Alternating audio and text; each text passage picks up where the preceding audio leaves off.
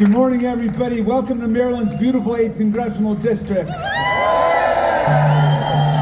I'm the congressman from NOAA, and I'm not letting NOAA go down. No way. No way. And we've had 3 weeks of rallies, but it all started right here at NOAA. And that's when I got a glimpse of our new reality, and I said what I believe today with even more conviction: a rally a day keeps the fascists away.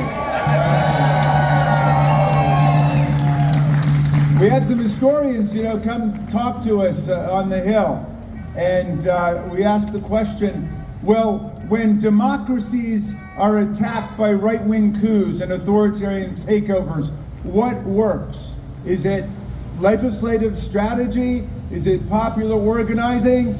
And the historian said, you can't do one without the other. If you have just a legislative strategy, you have about a 1 out of 3 chance of stopping a coup.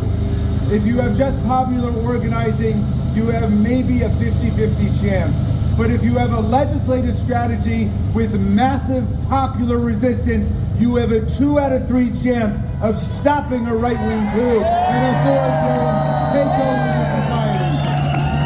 So we're going to fight them in the courts, and we're going to fight them in the House, and we're going to fight them in the Senate. We're going to fight them in the streets. We're going to fight them at NOAA. We're going to fight them at FDA. We're going to fight them in the Department of Education. We're going to fight them at the Department of Justice. We're going to fight them all over America, in the state capitals, in the city halls, in the county halls, and we're going to win. We're going to defend American democracy.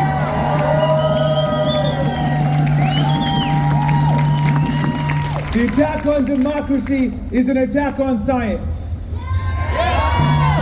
It's an attack on NOAA. It's an attack on NIH. It's an attack on FDA. The authoritarians don't want people to have the knowledge necessary to run a democratic society. They want authoritarianism in America. Are you going to lie down and let Elon Musk and Donald Trump and MAGA take away everything that our grandparents and great-grandparents and prior civilizing movements of America gave us? We're going to fight for democracy. There's so much scientific confusion now because of these people. So I thought I'd come to some real scientists here at NOAA to get some answers to some questions. And one question I've got is this: can we actually solve the problem of climate change by banning the words climate change? That's not going to work, is it?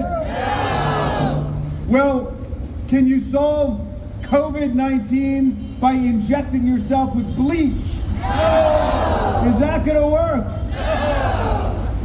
Can we maintain American scientific preeminence by shutting down the NIH? Are we going to be able to properly forecast hurricanes in America if we shut down the National Weather Service? Are you going to fight for facts in America? Are you going to fight for science in America? Are you going to fight for NOAA? Are you going to fight for the National Weather Service? Are you going to fight for our democracy? Are you going to support democracy all over the world, like for Ukraine? Are you going to oppose the autocrats? Are you going to oppose the plutocrats? Are you going to oppose the theocrats? Will you support the Democrats? We are going to fight for democracy every day until we end this nightmare that's been visited upon us by Donald Trump and by Elon Musk. And my friends, let me tell you this. They believe that their government of the billionaires and for the billionaires and by the billionaires can defeat people's government in America. They believe that. If you read what Elon Musk has to say and Peter Thiel has to say and their intellectual guru, Curtis Yarvin, they say that democracy's defunct. They think our Constitution is obsolete. They If you read the interview with Curtis Yarvin in the New York Times from a month ago, he said the American people have got to get over their fear of the word dictatorship. They think we have to get over our fear of dictators. Curtis Yarvin said a dictator is just like a CEO president of a corporation. They're all dictators, he said, and we need a head dictator. And you know what? They're not kidding when they say that. Look at the inaugural ceremony presentation. You had Donald Trump in front of the three richest people in America: Elon Musk, Mark Zuckerberg, and Jeff Bezos. And behind them was a cabinet of billionaires, of mere billionaires, okay? They represent less than 1,000th of 1% of the American people. So the question is, do you lie down and let the oligarchs destroy our democracy? Then we're going to defend it with everything we've got. We're in the fight of our lives.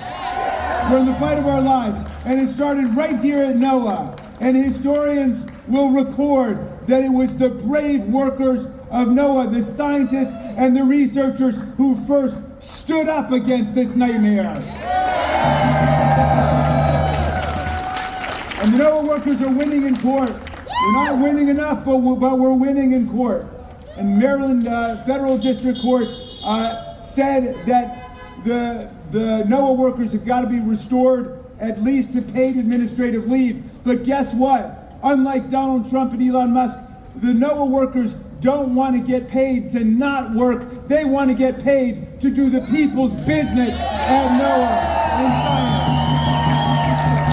And when Elon Musk showed up, he gave all of the government workers what he called the fork in the road memo, which was transcribed verbatim from the same fork in the road memo he gave the workers at Twitter when he decided to ruin that institution. And the fork in the road was, check this out. Well, either you could stay in your job for as long as you think you can last, or you can take a 9-month paid vacation at the expense of the American people. In other words, they offered 2 million American workers the chance to get paid and not do anything. That's their vision of government. That's not our vision of American democracy. The work that NOAA is doing is essential. It is critical. If you want to have seafood in America, we need NOAA. If you want to have clean oceans on Earth, we need NOAA. If we want to know whether there's a hurricane coming and you don't want to pay $29.99 a month to a private service, we need NOAA. We need NOAA. We need NOAA. We need NOAA. We need NOAA. We need NOAA. We need NOAA. My friends, I want to thank the NOAA workers for hanging tough, for insisting that they get back to work for our people. If Vladimir Putin had come over to the United States and worked to dismember and dismantle our government, he could not be doing a better job than Elon Musk and Donald Trump are doing. And all of the autocrats, the plutocrats, the oligarchs, the theocrats, they've all found each other. And so the people of the United States have got to hang tough. And everybody all over America, go to those town hall meetings. And if your member's too afraid to hear from his or her own constituents, you have a town hall meeting. You call it. And I was in Frederick County last night with Congresswoman Delaney. I'm going up to the Lehigh County in Pennsylvania tonight to the 7th District. I'm going to the Eastern Shore on Saturday to have a town hall meeting because the congressman there won't have one, the head of the Freedom Caucus. This is America. This is America. The people govern here. The 3 most important words of our Constitution are "We the people." We the people, that's who governs. And those of us who aspire and attain to public office are nothing but the servants of the people. And the moment that they think they're kings or queens or monarchs or emperors, that is the moment to evict, eject, reject, impeach, try, convict, start all over again.